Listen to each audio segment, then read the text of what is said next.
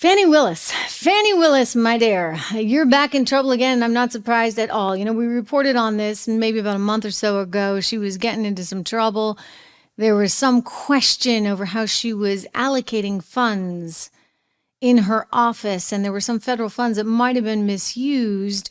There was an audio tape of her being effectively debriefed on this, and she really didn't have too much to say. Her attitude was sort of, don't worry about it. Well, maybe she should have worried about it. Maybe she should have worried about it a lot, because now you've got Republicans involved and now the DOJ. Take a look at this headline. Ladies and gentlemen, Fani Willis, inconsistencies found by DOJ. This is according to the spokesperson at the DOJ. The Fulton County District Attorney, Fani Willis, was asked by the Department of Justice to resolve these inconsistencies in how her office reported its federal funding, and she has not been able thus far to do that. So she's got to answer for these, quote, inconsistencies, which is a really nice way of saying possible alleged fraudulent activity. Now, why would that not surprise me? Why would that not surprise me? It wouldn't surprise me because it's a woman who actually hired her boyfriend. And I would have to assume that in some way, shape, or form, she sort of benefited from that.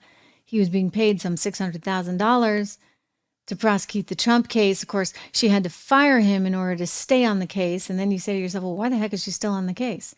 Well, the answer is apparently the Trump team did not do a good enough job at proving that she financially benefited. I mean, I would think that there's an ethical violation in there somewhere as well, that, you know, there's certainly some violation.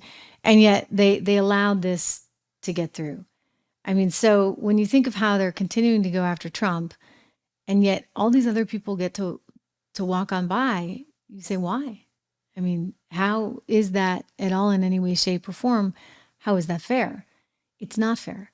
I do think that ultimately Fani Willis is going to have a lot of problems. Here, if you look at the article, it explains it all. This one, I believe, is coming to us via Epoch Times, which had been asking multiple times for some kind of consistency in the accounting and asked for some reports on the accounting, and they had not been able to get anything. Well, now you have the DOJ actually saying in a statement that was issued this week and totally buried, you're hearing about this on other shows, confirmed that it had discovered these inconsistencies in terms of how her office was allocating its funding and how they were using its grant money, et cetera, et cetera. So there's going to be more to come for Fani Willis. I would just say, you know what, when you're prosecuting the president of the United States, the former president of the United States, you kind of want to be squeaky clean, right? You know, the whole glass houses thing, stones and glass houses, just saying.